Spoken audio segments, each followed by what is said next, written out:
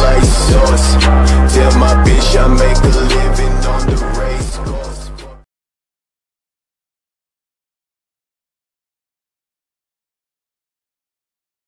You were against same-sex marriage, now you're for it. You defended President Obama's immigration policies, now you say they're too harsh. You supported his trade deal dozens of times. You even called it the gold standard. Now, suddenly last week, you're against it. Will you say anything to get elected? Well, actually, I have been very consistent over the course of my entire life. I have always fought for the same values and principles. Do you think New York State should recognize gay marriage? No. No. Okay.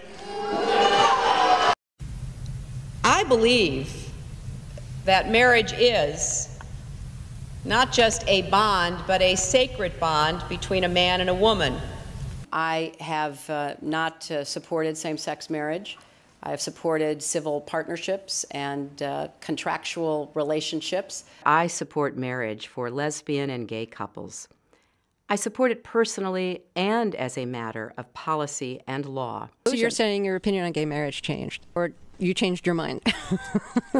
You know, I have to say, I think you are being very persistent, but you are playing with my words and playing with what is such an important issue. I'm just trying to clarify so I can understand. No, I don't think you are trying to clarify. I think you're trying to say that, you know, I used to be opposed and now I'm in favor and I did it for political reasons, and that's just flat wrong. So let me just state what I feel like you are implying and repudiate it. I have a strong record. I have a great commitment to this issue, and I am proud of what I've done and the progress we're making. Yeah, I'm saying, I'm sorry, I just want to clarify what I was saying. No, I was saying that you maybe really believed this all along, but, you know, believed in gay marriage all along, but felt for political reasons America wasn't ready yet and you couldn't say it. That's what I was thinking. No, that is not true. It really is great how long you've supported gay marriage. Yes. I could have supported it sooner. Well, you did it pretty soon. Yeah. Could have been sooner. Fair point. Just in July, New Hampshire, you told the crowd you, quote, take a backseat to no one when it comes to progressive values. I take a backseat to no one when you look at my record and standing up and fighting for progressive values. Last month in Ohio, you said you plead guilty to, quote, being kind of moderate and center. Do you change your political identity based on who you're talking to? No, I think that, like most people that I know, I have a range of views, but they are rooted in my values and my experience. You know, I get accused of being kind of moderate and center. I plead guilty. Just for the record, are you a progressive or are you a moderate? I'm a progressive. Going through the emails, there were over 60,000 in total sent and received. About half were work-related and went to the State Department, and about half were personal, that were not in any way related to my work. When you speak to the public, you say, I turned over everything.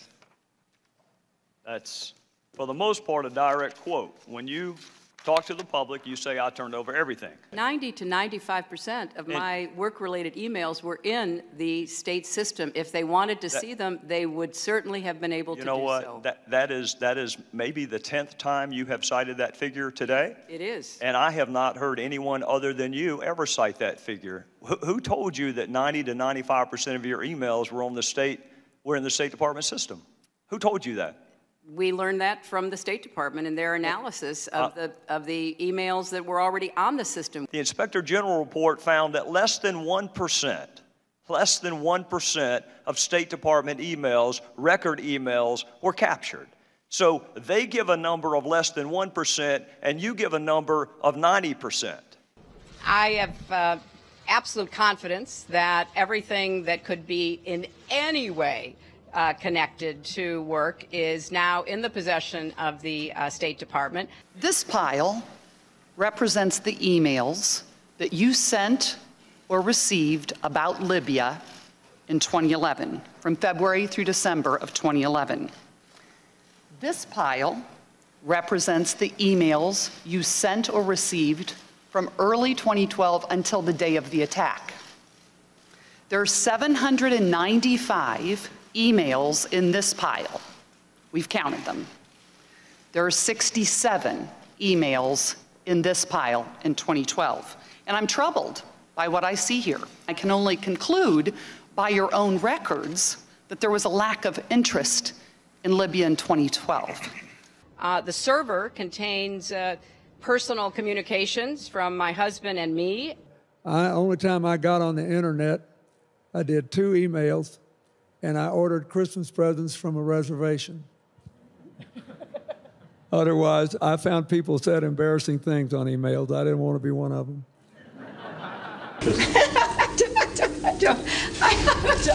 I mean, and how many angels dance on the head of a pin? I have really nothing to. I mean, how do you answer that? I represented Wall Street as a senator from New York, and I went to Wall Street in December of 2007, before the big crash that we had, and I basically said, cut it out. Quit foreclosing on homes. Quit engaging in these kinds of speculative behaviors. Now, who's exactly to blame for the housing crisis? I think there's plenty of blame to go around. Home buyers who paid extra fees to avoid documenting their income should have known they were getting in over their heads. Of course, we have to deal with the problem that the banks are still too big to fail. We can never let the American taxpayer and middle-class families ever have to bail out the kind of speculative behavior that we saw. But we also have to worry about some of the other players. AIG, a big insurance company, Lehman Brothers, an investment bank. There's this whole area called shadow banking. That's where the experts tell me the next potential problem could come from. So I'm with both Senator Sanders and Governor O'Malley in putting a lot of attention onto the banks. And the plan that I have put forward would actually empower regulators to break up big banks. I represented New York, and I represented New York on 9/11. When we were attacked, where were we attacked? We were attacked in downtown Manhattan, where Wall Street is. I did spend a whole lot of time and effort helping them rebuild. That was good for New York, it was good for the economy, and it was a way to rebuke the terrorists who had attacked our country. 9/11 was bad. I agree with that. Time and time again, you hear one thing in speeches, and then you see a campaign that has the worst kind of tactics, reminiscent of the same sort of Republican attacks on Democrats. Well, I am here to say that it is not only wrong, but it is undermining core democratic principles. Since when do Democrats attack one another on universal health care? I've looked at the legislation that Senator Sanders has proposed, and basically he does eliminate the Affordable Care Act, eliminates private insurance, eliminates Medicare, eliminates Medicaid, TRICARE, Children's Health Insurance Program. Just because Senator Obama chose not to present a universal health care plan does not give him the right to attack me because I did. So let's have a real campaign. Enough with the speeches and the big rallies and then using tactics that are right out of Karl Rove's playbook. This is wrong, and every Democrat should be outraged. The Democratic Party in the United States worked since Harry Truman to get the Affordable Care Act passed. So shame on you, Barack Obama. It is time you ran a campaign consistent with your messages in public. Hillary Clinton's attempt to tout her foreign policy experience hounded her again on the campaign trail today. I made a mistake in describing it. She claimed she misspoke last week and was sleep deprived when she described landing under sniper fire in Tuzla, Bosnia, something that didn't happen. But CBS News has found several times in the past few months when Senator Clinton used the Bosnia trip to try to show her international experience. December in Iowa. We landed in one of those corkscrew landings and ran out because they said there might be sniper fire. I don't remember anybody offering me tea on the tarmac when that was happening. Then in February. The welcoming ceremony had to be moved inside because of sniper fire. And last week. I remember landing under sniper fire. We basically were told to run to our cars. Now that is what happened. Some differing accounts of your trip to Bosnia, and I'm wondering if you can clarify. I know you recall, ducking under sniper fire, and Sinbad in his account, who's on the trip. He said that the most dangerous part was remembering where he was going to eat next. He's a comedian, you know, Jeff. He's a comedian. So you actually recall, hearing gunfire, and were you when we were flying into Bosnia, we came in a evasive maneuver. There was no greeting ceremony, and we basically were told to run to our cars. Now that is what happened. After CBS News video showed what really happened when she landed and greeted officials, Senator Clinton maintained there were risks, but explained to the Philadelphia Daily News why she was seen on the Bosnian tarmac greeting a young child if it was really so dangerous. I was also told that the greeting ceremony had been moved away from the tarmac, but that there was this 8-year-old girl, and I said, well, I can't rush by her. I've got to at least greet her. So I greeted her, I took her stuff, and I left. Now that's my memory of it. Good to see you. Once again, her memory doesn't match our videotape. She and her daughter Chelsea lingered on the tarmac to greet U.S. military officials. Took photos. There was the group of 7th graders on the tarmac, too. And then Senator Clinton walked to the armored vehicle where she did eventually duck and enter.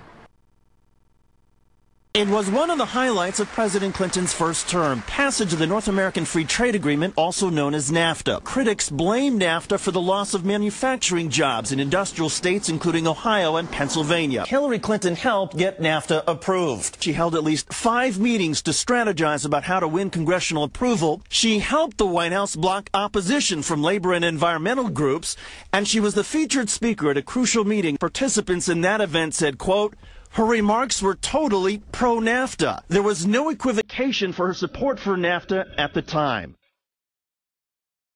You know, I have been a critic of NAFTA from the very beginning. My concerns about NAFTA expressed years ago have been well documented and verified. I didn't have a public position on it. I have spoken consistently against NAFTA. And if you look at what I have been saying, it has been consistent. I have been consistent. You can go back and look at from the very beginning. I was one of the voices in the administration warning about NAFTA. You said it was good on balance for New York and America in 2004, and now you're in Ohio, and your words are much different, Senator. The record is very clear. Well, you don't have all the record, because you can go back and look at what I've said consistently. Oh, I think that everybody is in favor of free and fair trade, and I think that NAFTA is proving its worth. I think on balance, NAFTA has been good for New York and America. Was NAFTA a mistake? NAFTA was a mistake to the extent that it did not deliver on what we had hoped it would. Your opponents are saying that that's really part of a larger pattern with you, that you often avoid taking firm positions on controversial issues. And,